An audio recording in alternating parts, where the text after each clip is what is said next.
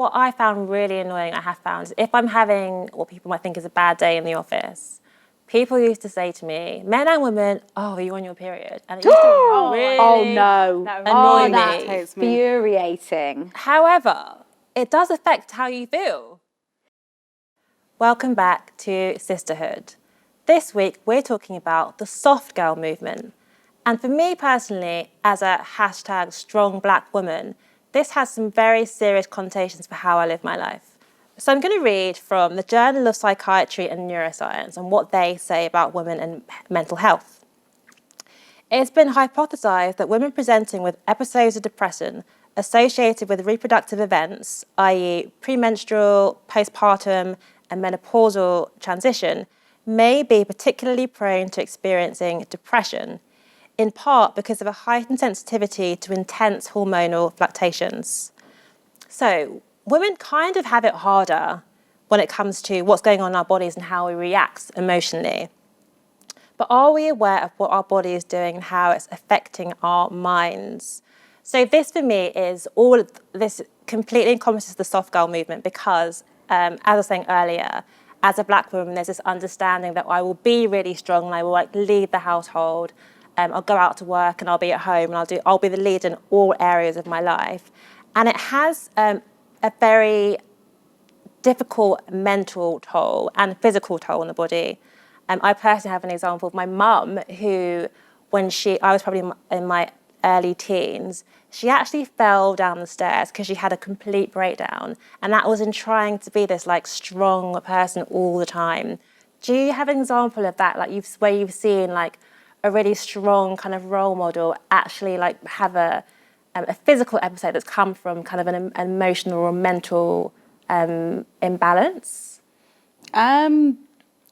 Yes. I mean, I guess there are women in my life that I've seen have times where they've just completely broken. Yeah. After years of just going and going and going and going, and then one day they're like, and something happens, there's a loss of some type, or even sometimes small things will happen and it builds up and then they just completely crash. So yeah, I've seen that happen a few times. And I think as well, it kind of it draws in this idea of the girl boss, which I think our generation is quite familiar with, the idea of bossing it all the time, continuously, always being successful in all areas of your life.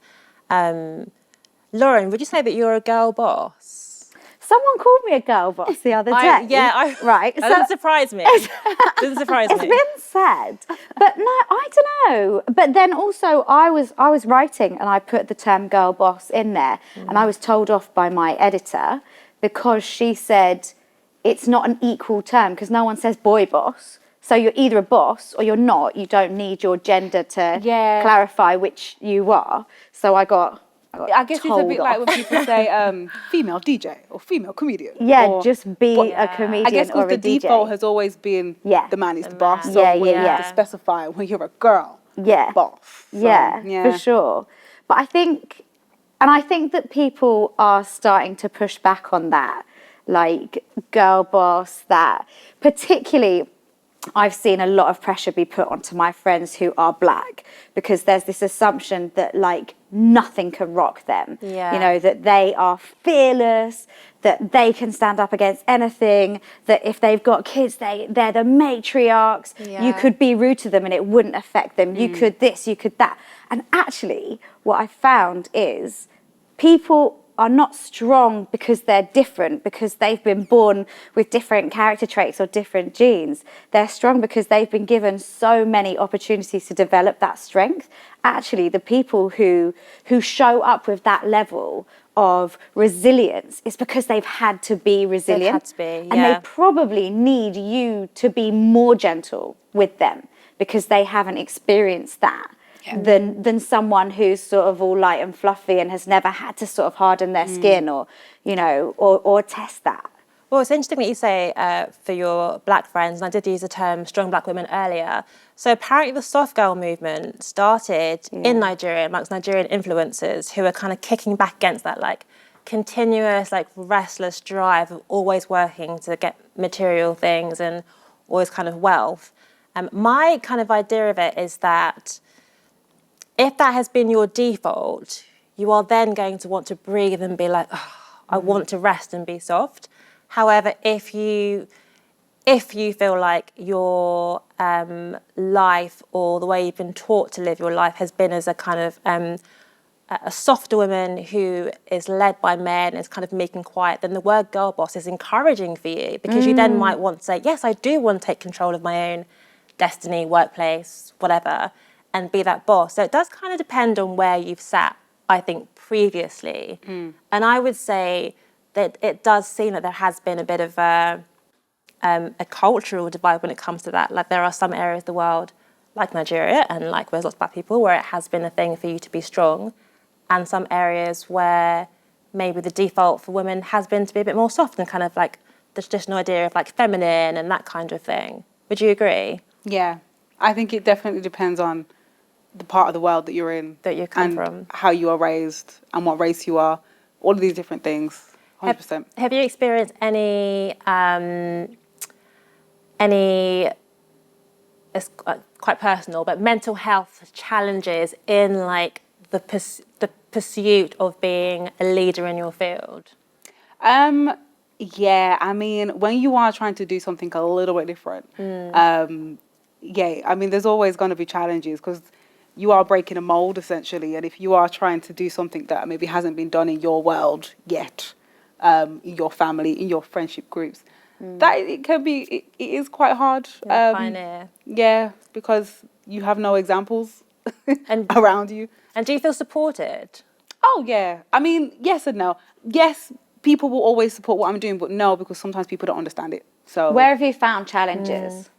Challenges in thinking that I can do it. So I think for me personally, if I see it done, I'm like, okay, that's possible. By it, do you mean be By what I a wanna do. woman who's a comedian? Yeah, not that. I mean, okay, so let's go into the world of Cass. So growing up, I used to see like a divide between people that were doing all these really great things on TV, and actors and all the writers and whatever it is, and then me.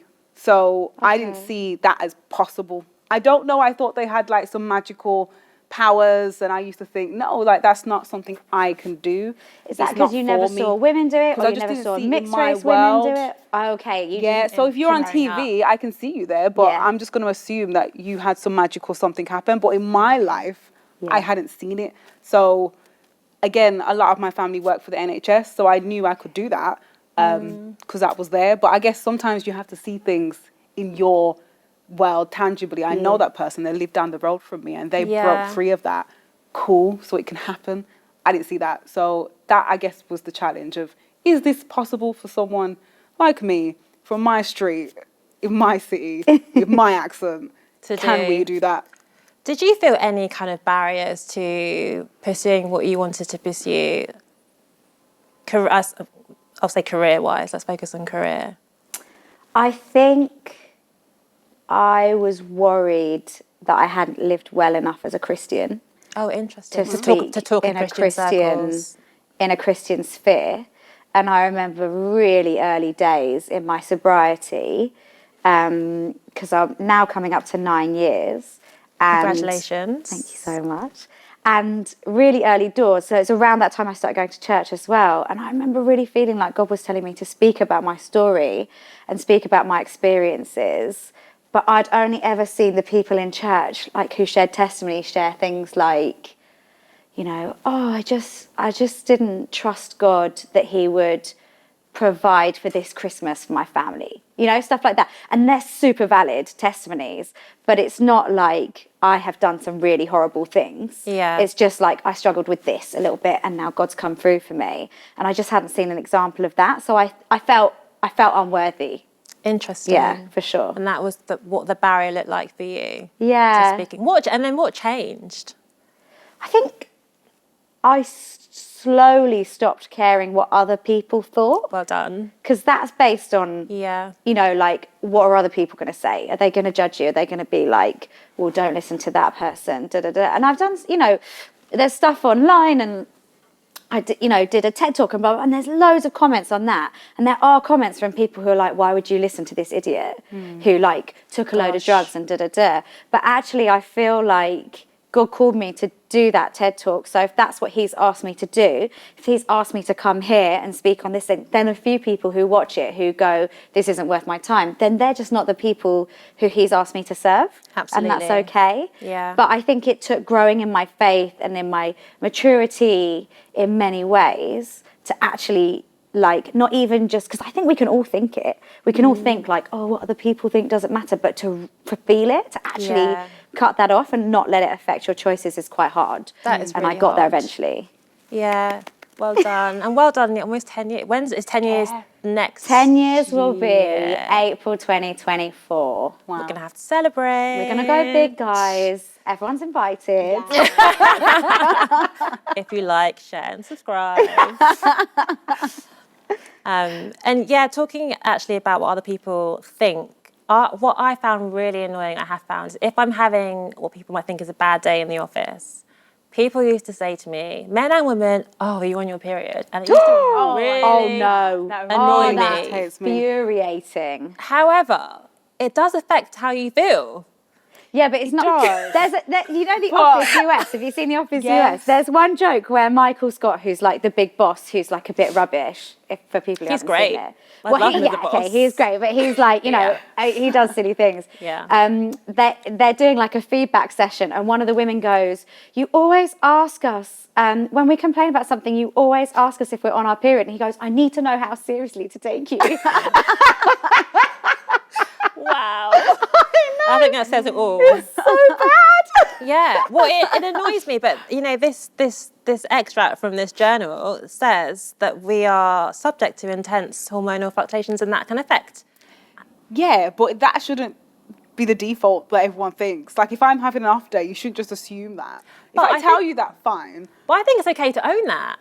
I'm here for let's have period days and just be off work for period days and I think we menstrual should have days. that. Now you're. No, I think I have period days all the time. These are the Unofficial things ones. that affect our mental health and our and general levels of health. And I think that part of this like soft girl movement or soft girl idea is that we allow ourselves to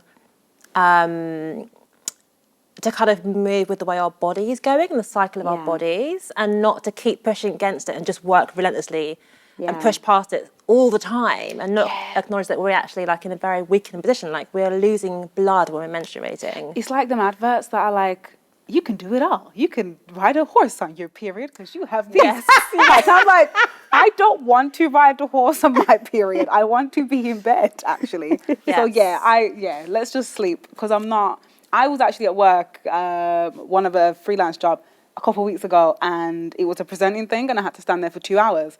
And I had really bad period pain, and I got half an hour in, and I said, so I'm going home now. Oh, wow. Because I actually cannot stand here Yeah. for 2 hours and just talk, acting like I'm not in pain, and I am suffering. And soft girl, I said, I'm not doing it. I will lose the money, you told it's them fine. why? You said... Yeah, I said, I'm not, I can't do it.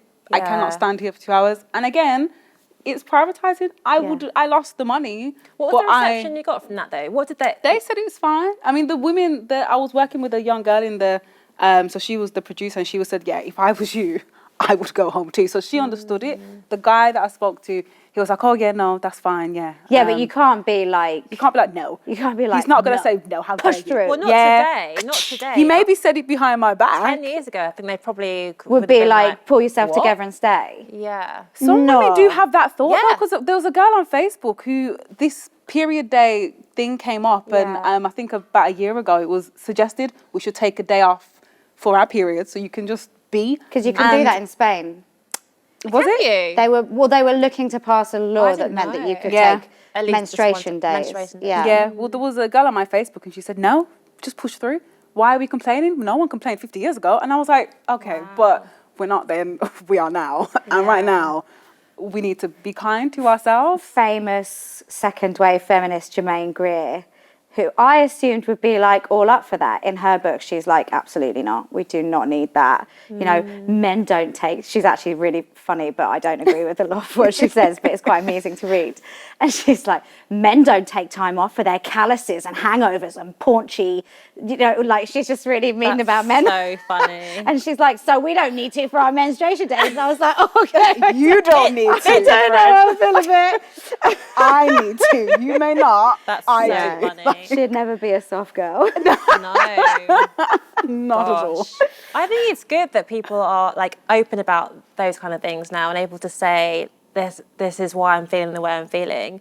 But it does come with a bit of backlash sometimes from women, which you might not expect, not just from men who might not understand it. It hits me hardest When it's a when woman. women push back on this stuff. Yeah. Because it validates men who don't think it's, you know, if there's a man who's like, that's pathetic, it's not worth it. As long as they've got a woman standing next to them agreeing, then that's It their justifies shield. it, That yeah. backs them up.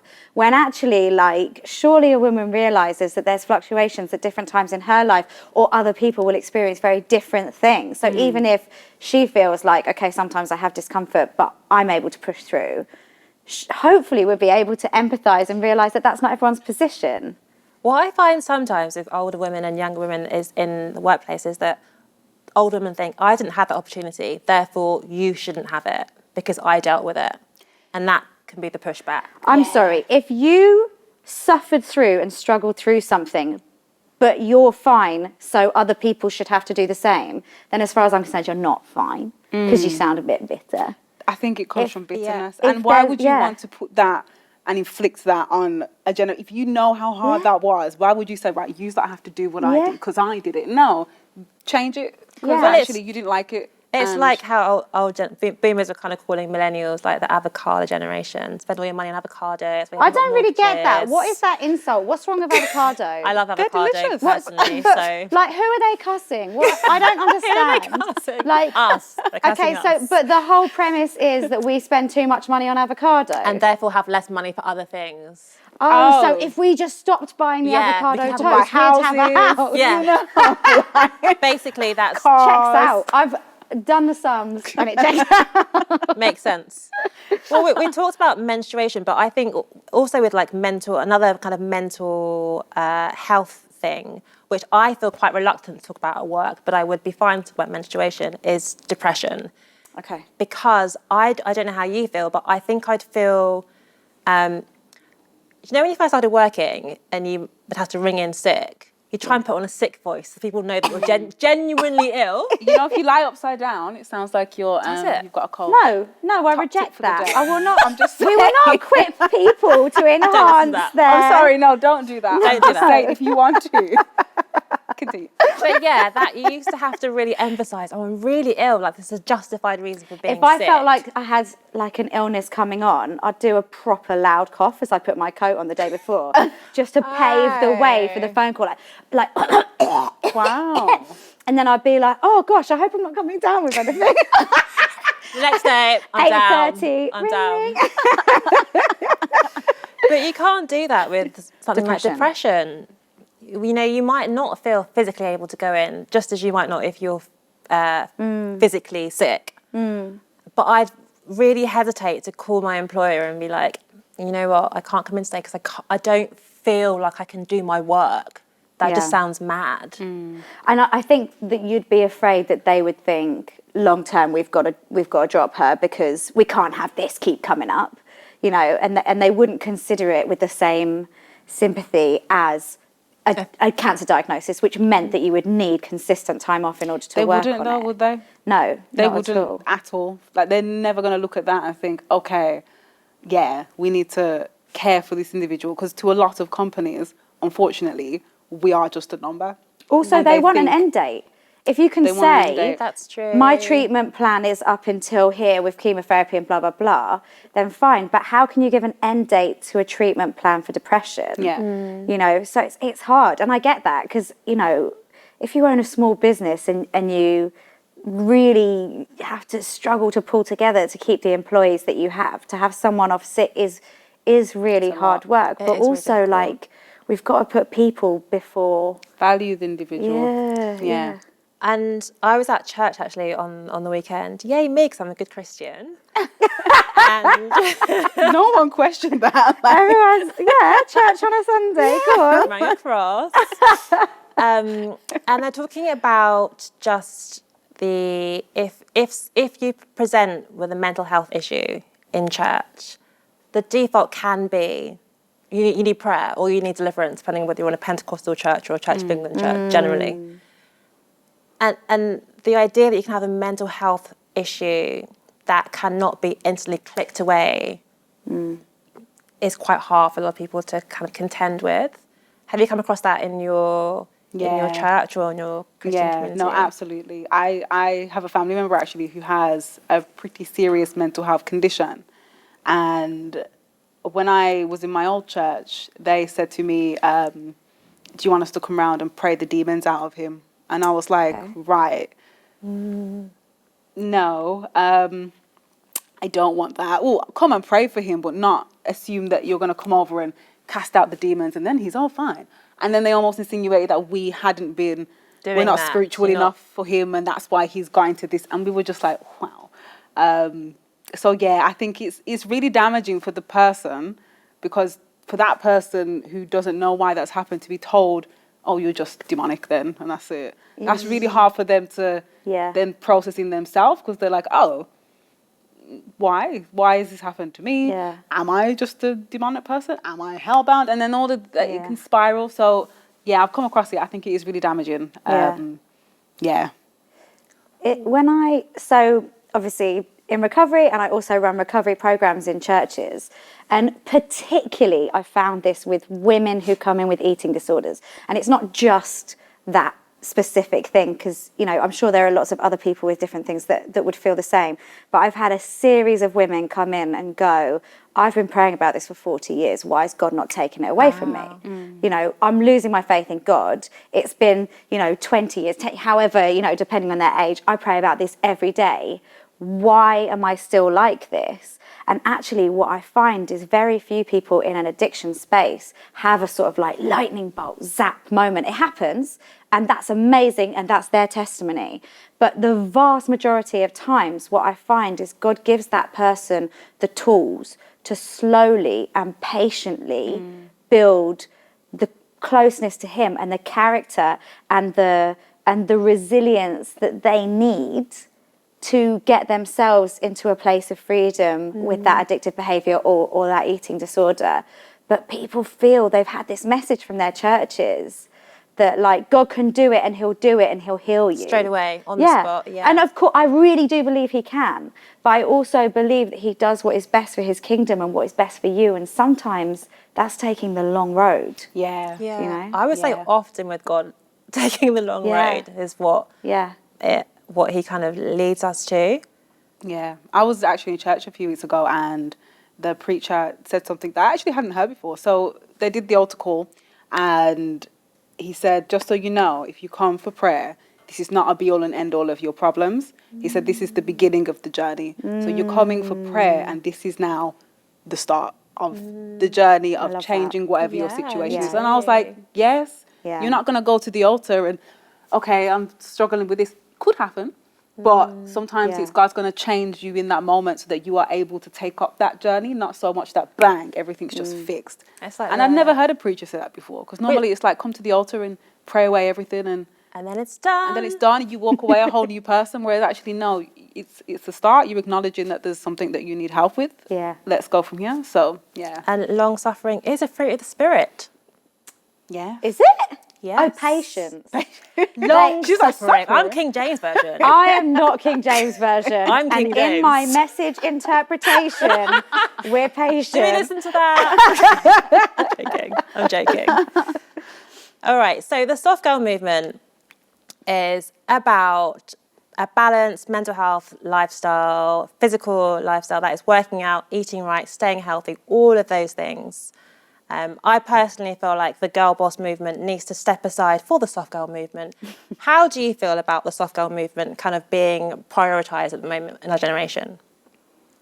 I think we've just got to, I don't know if I love all these movements. I'm not a like put me in a box kind of person. Yeah. I feel like take what you need from each movement and move it along, you know? So actually like the that. practice of looking after yourself, of investing in the way that you eat and in exercise and whatever that looks like with your sort of financial and time constraints, but even just taking a moment for yourself if you can, is really valuable.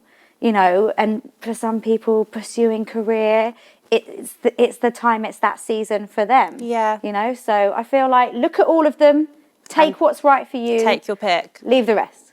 And what do you think, Cass? No, I agree. Yeah, I think I'm in. You can't just copy my homework. Sorry, so I'm not really here for Copy and all these paste. movements.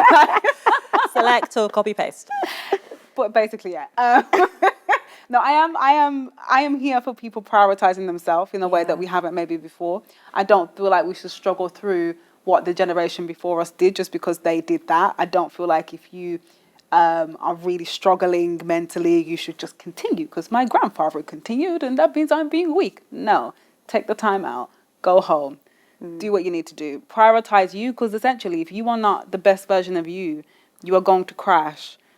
And then who are you going to be there for? You will not be able to work. If you have children, they're not going to have the best version of you. You got a husband, you got friends, whoever it may be, or even just yourself. So, yes, chill. If you need to be a soft girl for a bit, be a soft girl for a bit. Go for it. So take your time and work out whether you are a soft girl or girl boss, but either way, take time out to look after yourself. Thank you for watching. That was Sisterhood. Please like, share and subscribe.